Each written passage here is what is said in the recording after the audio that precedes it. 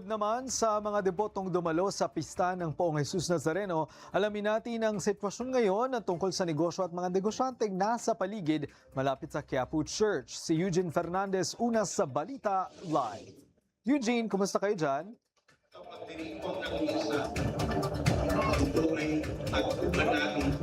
Eugene? Greg, napakalakas nga ng sigaw ng ating mga deboto ng Viva Jesus Nazareno. Pero bukod dyan, napakarami ring mga negosyante dito nga sa paligid nitong Minor Basilica and National Shrine of Jesus Nazareno, dito sa Quiapo Church na ngayong kapistahan niya.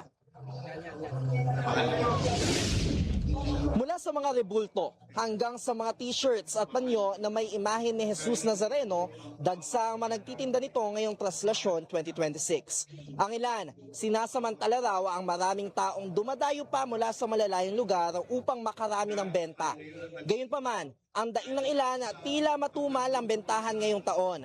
Gaya na lang ni Ronette na nagtitinda ng t-shirt na may tatak ng mukha ng Poong Nazareno simula pa noong 1972. Aniya, di hamak na mababa ang kita niya ngayon kumpara noong mga nakaraang taon.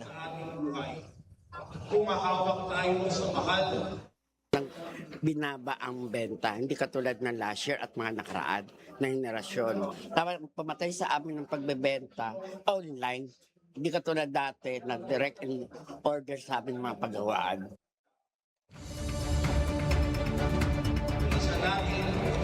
Greg, ayon nga sa spokesperson ng MPD, ang pinagbabawal o bawal naman talaga yung mga nagtitinda sa paligid nito ang Quiapo Church. Pero dahil napakaraming andayo ng mga tindera, wala na silang magawa at ang kanilang ginagawa na nga lang ay masigurong hindi makakaabala sa daloy ng prosesyon at daloy ng mga tao itong mga nagtitinda. At yan muna ang update mula dito sa Quiapo Church. Nauuna sa balitang totoo at laging bago, Eugene Fernandez ng IBC News para sa Alauna sa Balita ng Congress TV.